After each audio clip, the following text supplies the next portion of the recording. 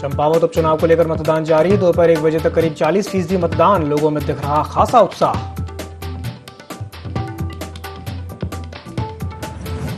चंपावत में बुजुर्ग और दिव्यांग मतदाताओं में जबरदस्त उत्साह। बढ़ चढ़कर कर रहे मतदान। चुनाव में ड्यूटी में तैनात पुलिसकर्मी और स्कूली छात्राएं कर रही बुजुर्ग और दिव्यांग मतदाताओं की मदद।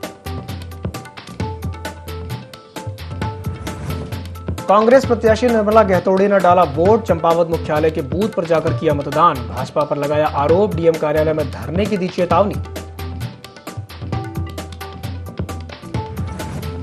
और बीजेपी की राज्यसभा उम्मीदवार कल्पना सैनी आज करेंगी नामांकन। दोपहर 2 बजे विधानसभा में करेंगी नामांकन। मुख्यमंत्री धामी और प्रदेश अध्यक्ष मदन कौशिक भी रहेंगे मौजूद। नमस्कार, देवभूमि लाइव में आपका स्वागत है। मैं हूं आपके साथ दिव्यांशु जोशी। बुलेटिन की शुरुआत करेंगे इस वक्त की बड़ी खबर के साथ, जो कि चंपावत से है, जहां उपचुनाव को लेकर के खासा उत्साह देखने को मिल रहा है। दिव्यांग और बुजुर्ग मतदाताओं ने भी मतदान किया है। महिलाओं ने भी मतदान में बढ़ चढ़कर भागीदारी की है। निर्वाचन आयोग ने आवश्यक व्यवस्थाएं की हैं। इस वक्त की बड़ी खबर है उत्तराखंड के चंपावत से, जहां उपचुनाव को लेकर के खासा उत्साह देखने को मिल रहा है। आज चंपावत में उपचुनाव है। सुबह 7 बजे से ही मतदान की प्रक्रिया शुरू हो गई थी। दिव्यांग और बुजुर्ग मतदाताओं ने भी बढ़ चढ़कर मतदान किया है। साथ ही साथ महिलाओं में भी जबरदस्त उत्साह देखने को मिला है। निर्वाचन आयोग ने आवश्यक व्यवस्थाएं की हैं मतदान की प्रक्रिया को लेकर के। मतदान की प्रक्रिया लगातार जारी है।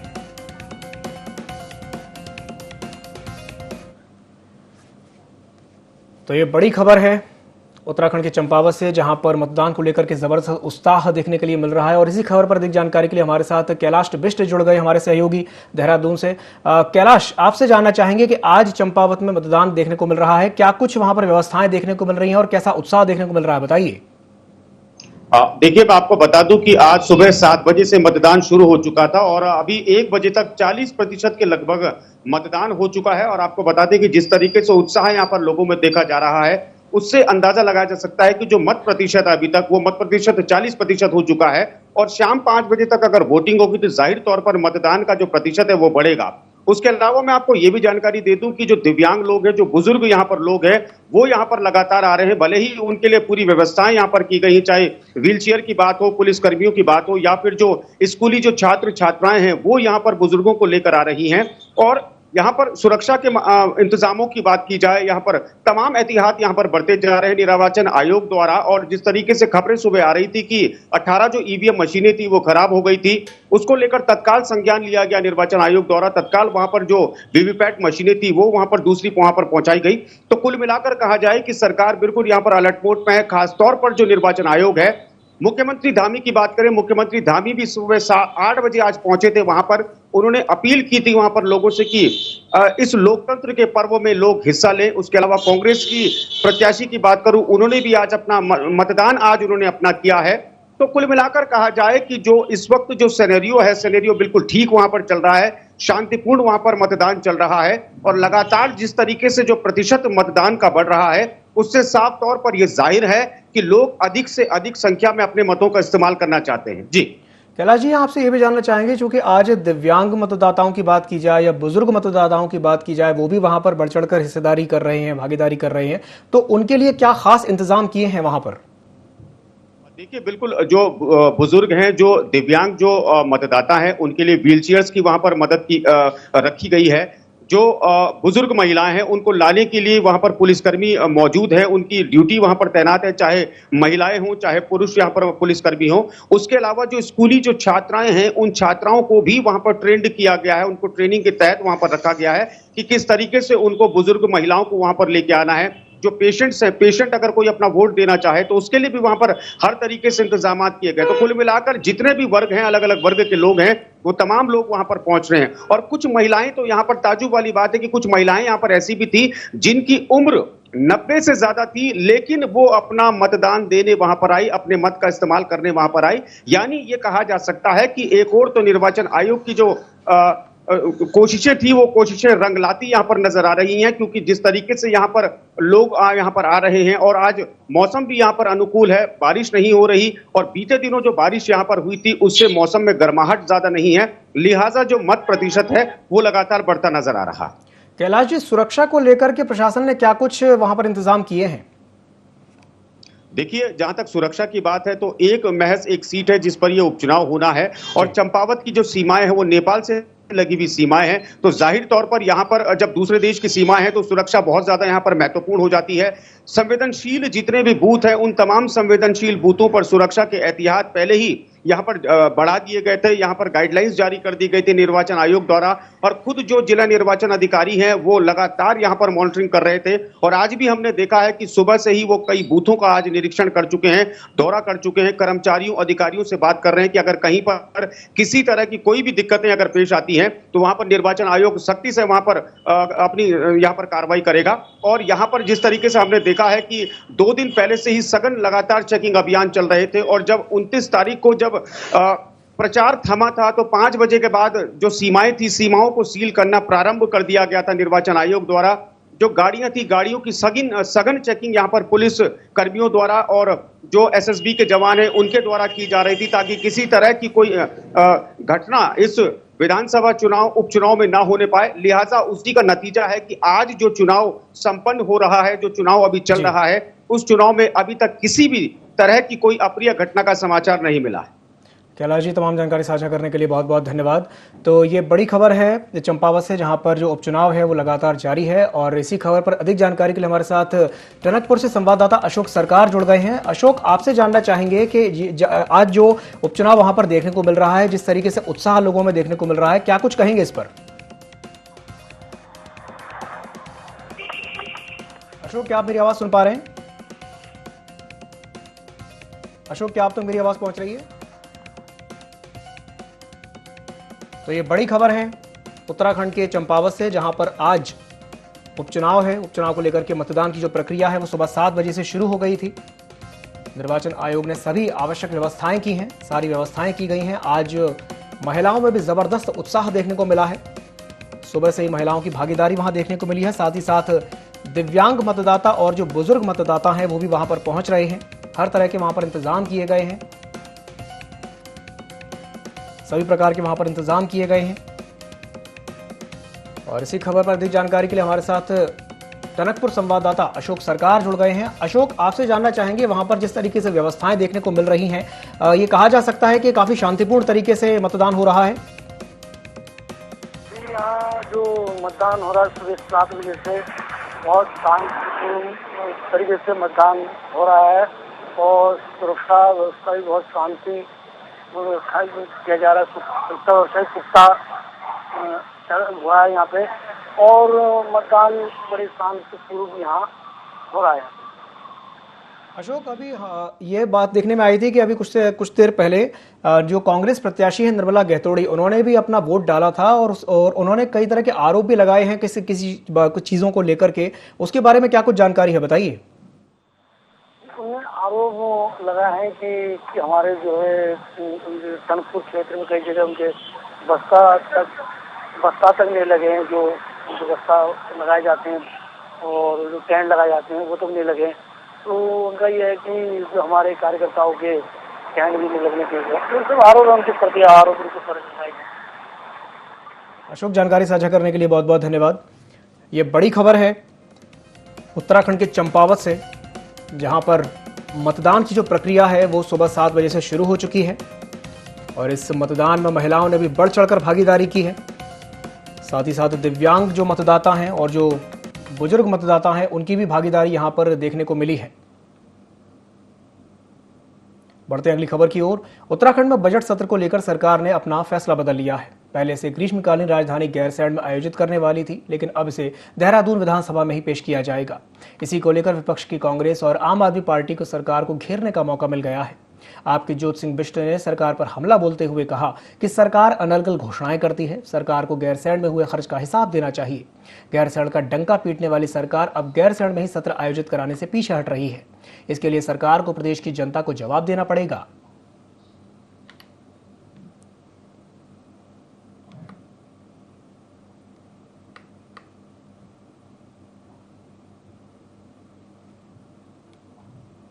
हल्द्वानी के बेस अस्पताल में विधायक सुमित हृदयेश ने अस्पताल का औचक निरीक्षण किया। इस दौरान उन्होंने डायलिसिस वार्ड सहित सभी वार्डों का निरीक्षण किया और यहां भर्ती मरीजों से उनका हालचाल जाना।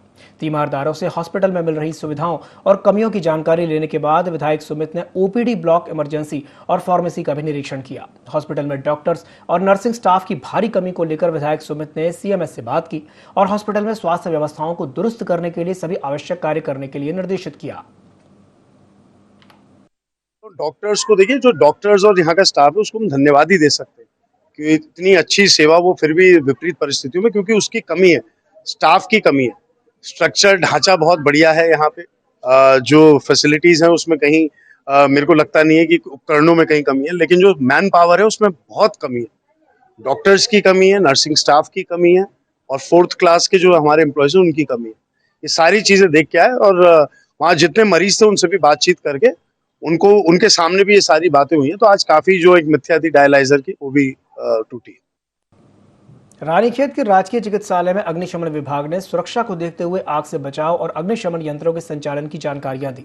अग्निशमन अधिकारी सुंदर सिंह पाल ने अस्पताल में चिकित्सकों और कर्मचारियों को अग्निशमन यंत्रों की बारीकियों की जानकारियां दी और आग बुझाने के तरीकों के बारे में बताया। इसके साथ ही अग्निशमन अधिकारी ने सीएमएस डॉक्टर के पांडे के साथ ऑक्सीजन प्लांट का भी निरीक्षण किया और वहां उन्होंने अग्निशमन यंत्रों की जानकारी दी। इस दौरान चिकित्सालय के डॉक्टर और कर्मचारी मौजूद रहे। मॉक ड्रिल का अभ्यास कराया गया और यहाँ जो मौजूद कर्मचारी थे और के पांडे सर थे, इनके साथ मिलके सभी लोगों को इकट्ठा करके एबीसी और CO2 एक्सटिंग्विशर के संचालन की विधि बताई गई और आग से सेफ्टी के उपाय बताए गए। और यहाँ गैस प्लांट में आके गैस प्लांट की बारीकियों के बारे में बताया गया। जो गैस प्लांट के ऊपर जो सेफ्टी वाल्व लगा होता है उसके संबंध में बताया गया। कभी अगर ये गिर जाता है, गिरने के बाद इसका ऊपर का वाल्व टूट जाता है और टूटने के बाद ये जो है एक रॉकेट की गति से अपना जो है कार्य करता है और इसके सामने जो भी आता है उसको तोड़ता हुआ निकल जाता है और बहुत घातक हो जाता है। इसीलिए इसके ऊपर सेफ्टी वाल्व का होना बहुत ज्यादा जरूरी है। चंपावत उपचुनाव में कांग्रेस प्रत्याशी निर्मला गहतोड़ी ने मुख्यालय के बूथ में मतदान किया। वहीं कांग्रेस भाजपा पर हमलावर दिखी और बूथों में कांग्रेस प्रत्याशी निर्मला गहतोड़ी ने भाजपा पर हमला किया। उन्होंने बूथों में कांग्रेस एजेंट की एंट्री न कराने का आरोप लगाते हुए डीएम कार्यालय में धरना देने की चेतावनी दी। मतदान कर चुकी हूँ, लेकिन ये लोकतंत्र का पर्व है मतदान।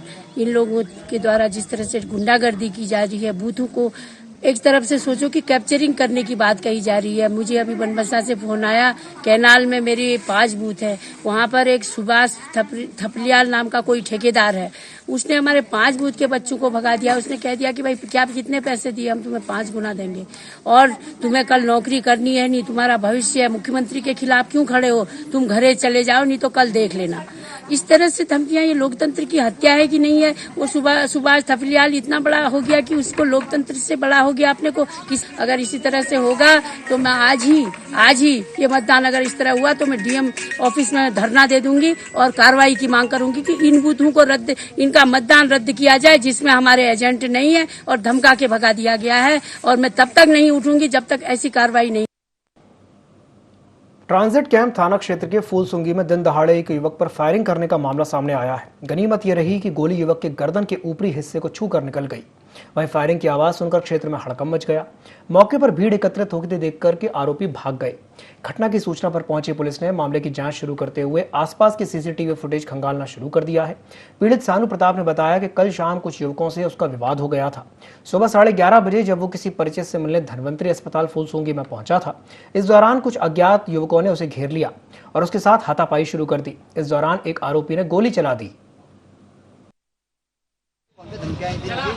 कि जहाँ पे मिलेगा वहाँ पे तो ये देख लेंगे।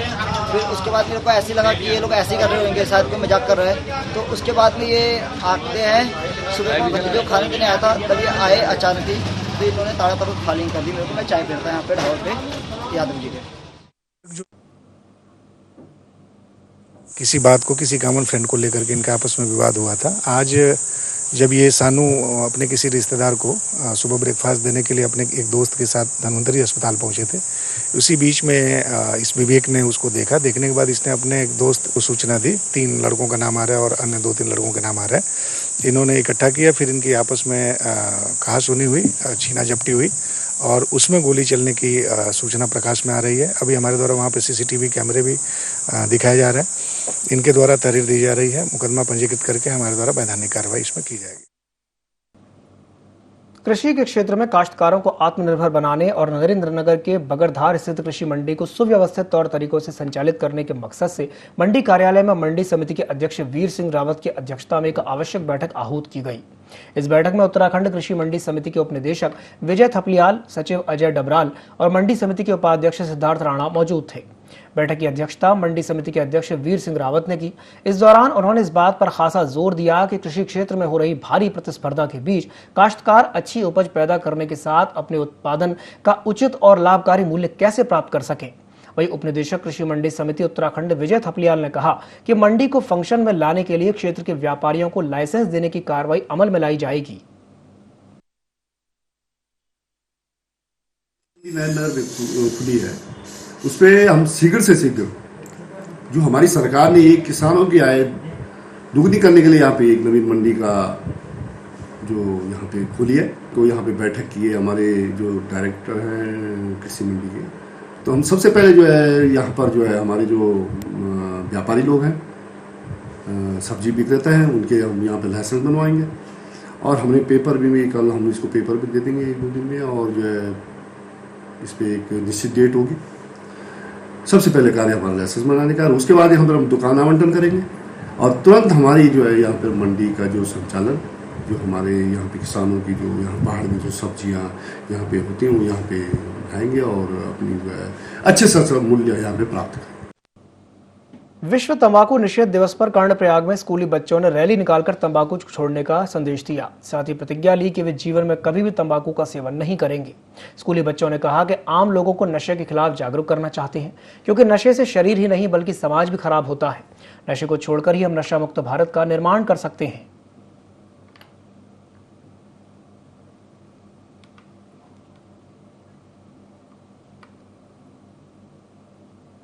रामनगर की कोसी नदी में डूबने से एक युवक की मौत हो गई। युवक अपने दोस्तों के साथ घूमने आया था। यहां नदी में नहाने के दौरान डूबने से उसकी मौत हो गई। कोतवाल अरुण कुमार सैनी ने बताया कि 4 धाम यात्रा चल रही है, ऐसे में लोग कोसी नदी के प्रतिबंधित क्षेत्र में नहाने के लिए पहुंच रहे हैं, जिससे ये घटनाएं हो रही हैं। उन्होंने आम जनता से प्रतिबंधित क्षेत्रों में स्नान न करने की अपील की है। टेड़ा में कोसी नदी के किनारे पैर फिसलने से, इसकी डूबने से इसकी मौत हुई है। सबको हमने पोस्टमार्टम के लिए भिजवा दिया है। देखिए, इस समय यात्रा सीजन चल रहा है, सभी श्रद्धालु यहाँ घूमने आ रहे हैं। कुछ लोग जो है जहाँ पर घूमने के लिए जगह निर्धारित नहीं है, वहाँ बगैर किसी सावधानी के लोग घूमने के लिए नदी में उतर जा रहे हैं, जिससे उनके साथ दुर्घटना हो रही है। मेरा सभी लोगों से अपील है कि वो लोग ऐसी जगह जाने से बचें और सुरक्षित रहें और अपनी यात्रा को सुरक्षित रखें। सरोवर नगरी नैनीताल में ठंडी सड़क में भगवान श्री शनि देव का जन्मोत्सव बड़ी हर्षोल्लास के साथ मनाया गया। श्रद्धालुओं ने शनि मंदिर आकर पूजा अर्चना करके अपने परिवार के साथ कुशल मंगल की प्रार्थना की।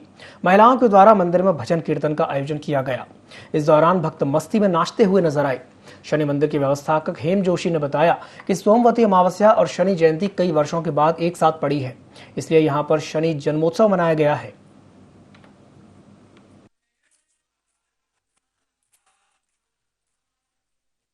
और सोमवती अमावस्या है, ये बहुत ही वर्षों बाद आज जो है शनि जयंती और सोमवती अमावस्या साथ पड़ी है। कई वर्षों बाद तो आज शनि का जन्मोत्सव है। हम यहाँ पर जन्मोत्सव मना रहे हैं भव्य रूप से। यहाँ पर आज जो है हवन वगैरह हुआ। डॉक्टर कपिल जोशी जी हमारे जजमान आए थे, आचार्य भगवती प्रसाद जोशी जी, सभी लोगों के माध्यम से यहाँ पर वो कार्यक्रम हुए। सुंदरकांड के बाद अब यहाँ जो विशाल भंडारा। जनपद उधम सिंह नगर के जसपुर क्षेत्र के चवन बाग में रहने वाले अर्पित चौहान ने संघ लोक सेवा आयोग में 20वीं रैंक हासिल करके कीर्तिमान हासिल किया है। आपको बता दें कि इससे पहले भी अर्पित सिविल सर्विसेज में 279वीं रैंक हासिल कर चुके हैं। वहीं 20वीं रैंक आने के बाद से पूरे परिवार में खुशी का माहौल है। अर्पित को बधाई देने के लिए उसके घर पर क्षेत्र के जनप्रतिनिधियों का तांता लगा हुआ है। अर्पित चौहान ने 20वीं रैंक हासिल कर न ही जसपुर क्षेत्र बल्कि पूरे उत्तराखंड का नाम रोशन किया है। अर्पित चौहान ने बताया कि लगातार मेहनत से ये मुकाम हासिल किया है। वहीं उन्होंने कहा कि सेल्फ स्टडी और अपने नोट्स बनाए उसके द्वारा ही पढ़ाई की गई है। उन्होंने कहा कि हो सकता है 1 या 2 बार सफलता ना मिले, मगर उम्मीद ना छोड़ें, एक दिन सफलता जरूर मिलेगी। अच्छा महसूस हो रहा है इस समय, क्योंकि पिछले साल से इम्प्रूवमेंट हुआ है और ये एक काफ़ी सालों से मेरा प्रयास था कि एक अच्छी रैंक यूपीएससी में आ सके, जो कि अब जाके सफल हुआ है। तो काफ़ी अच्छा लग रहा है और मैं यही कहूँगा कि आप देखते हैं आगे जो भी सर्विस में जो भी कुछ हो सकेगा वो किया जाएगा। सर सेल्फ स्टडी मेरा मन तो ये है कि सेल्फ स्टडी पे फोकस किया जाए। कोई भी कोचिंग हो या कोई भी किसी के भी नोट्स हो, उनसे ज़्यादा अच्छी आपकी सेल्फ स्टडी होती है। तो बुक्स को फॉलो किया जाए और अपने नोट्स बनाए जाएँ। और सेल्फ स्टडी का कोई रिप्लेसमेंट नहीं है, मेरा ये मानना है। जितने भी घंटे आपसे सेल्फ स्टडी हो सकती है, न्यूज़पेपर हो या बुक्स हो या जो कुछ भी हो, उस सब को आप कीजिए, मॉक टेस्ट दीजिए और एक स्ट्रेटजी के तहत काम करने की ज़रूरत है, क्योंकि सिलेबस बहुत ज़्यादा है तो उसमें आप कहीं खो ना जाएं। इसीलिए आपकी स्ट्रेटजी पहले दिन से क्लियर होनी चाहिए। हो सकता है कि 1-2 बार सफलता ना मिले आपको, पर अगर आपकी स्ट्रेटजी ठीक है तो देर से ही सही बट एग्ज़ाम आपका क्लियर हो जाएगा। बस बहुत ही अच्छा प्राउड का एक मोमेंट है मेरे लिए और मैं चाहती हूँ इसी तरह से ये भी और हमारे क्षेत्र के सभी बच्चे उन्नति करें और हमारे क्षेत्र का नाम रोशन करें। प्रदेश कांग्रेस कमेटी के ब्लॉक स्तर के चुनाव अगले महीने जून के प्रथम सप्ताह में होने वाले हैं, जिसे लेकर के आज कांग्रेस जिला निर्वाचन अधिकारी लालाराम नायक कोटद्वार पहुंचे, जिनका कार्यकर्ताओं ने फूल माला पहनाकर स्वागत किया। जिसके बाद जिला निर्वाचन अधिकारी ने ब्लॉक के सभी निर्वाचन अधिकारियों की बैठक ली। साथ ही उनको निष्पक्ष और लोकतांत्रिक ढंग से कांग्रेस संगठन के चुनाव पूरे कराने के निर्देश दिए।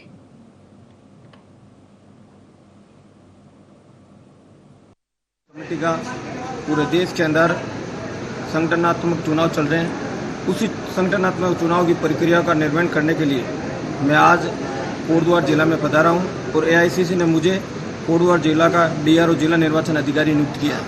मैंने यहाँ जिलाध्यक्ष जी से, तमाम कांग्रेस के पूर्व मंत्री राणा जी से, सभी वरिष्ठ कांग्रेस जनों से बैठकर मीटिंग ली है और आगामी जो संगठन खड़ा किया जाएगा वहाँ अच्छे कार्य करने वाले कार्यकर्ताओं को तवज्जो दी जाएगी। युवा हो जो संगठन में काम करना चाहता है, ऐसे कार्यकर्ताओं को हम तवज्जो देंगे।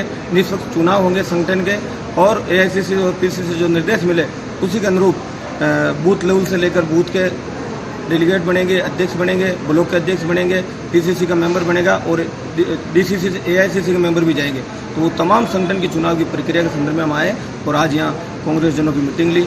निश्चित कांग्रेस का नया संगठन खड़ा करेंगे। कोटद्वार नगर निगम में करीब 1.5 वर्ष पहले बना निजी कंपनी का मोबाइल टावर जर्जर अवस्था में पहुंच चुका है, जिससे आसपास के लोगों को आए दिन टावर के गिरने का डर सता रहा है। इसी संबंध में स्थानीय निवासियों ने मोबाइल टावर के ध्वस्तीकरण को लेकर कोटद्वार उपजिलाधिकारी से शिकायत की और बताया कि लालपुर में निजी कंपनी का जो टावर लगा है उसके बेसमेंट में मोटी मोटी दरारें आ गई हैं, जिससे उसके गिरने का डर बना रहता है। वहीं उपजिलाधिकारी कोटद्वार ने कहा कि इस संबंध में सीआरपीसी की धारा 133 के तहत कार्रवाई की जाएगी। घराट रोड में मेरा मकान है। हमारे पीछे एक टावर बना हुआ है जिसके नीचे बहुत बड़े बड़े गड्ढे पड़े हुए हैं। इल्लीगल तरीके से टावर खड़ा किया 3 दिन के अंदर और इसके बेसमेंट में जो बड़े बड़े नट होते हैं, तूफान के टाइम में ये पूरा हिल जाता है, इसकी साउंड आती है और हम घर छोड़ने के लिए मजबूर हो जाते हैं। और नंबर 2 बात, भारी बारिश में भी ये जान मान का खतरा बना हुआ है आसपास के लोगों के लिए। इसकी हमने एसटीएम को साहब को शिकायत की है, प्लीज़ इसको इधर से हटाया जाए। डबल मेरे समक्ष आए हैं, आपके द्वारा मुझे ये अवगत कराया गया है कि जो टावर लगाया गया है ये इलीगल तरीके से बहुत ही अत्यंत जल्दी में लगाया गया है और इसको लगे हुए लगभग 1.5 साल हो गए हैं और इसके नीचे फिलिंग वगैरह अच्छी नहीं हुई है और ये जब तूफान वगैरह आता है तो इससे गिरने का भी काफ़ी खतरा हो जा रहा है। तो ऐसी दृष्टिकोण रखते हुए हमारे द्वारा इसमें सीआरपीसी धारा 133 के तहत इसमें कार्रवाई की जाएगी। राजीव गांधी अभिनव विद्यालय का इंटर कॉलेज में विलय के विरोध में विद्यार्थी और अभिभावक सड़क पर उतरे। इस दौरान प्रदर्शनकारी बद्रीनाथ स्टैंड से नारेबाजी करते हुए तहसील पहुंचे, जहां धरना प्रदर्शन किया। विद्यार्थियों ने सरकार से विद्यालय को बंद नहीं करने की मांग की, साथ ही मांग न माने जाने की स्थिति में आंदोलन जारी रखने की चेतावनी दी।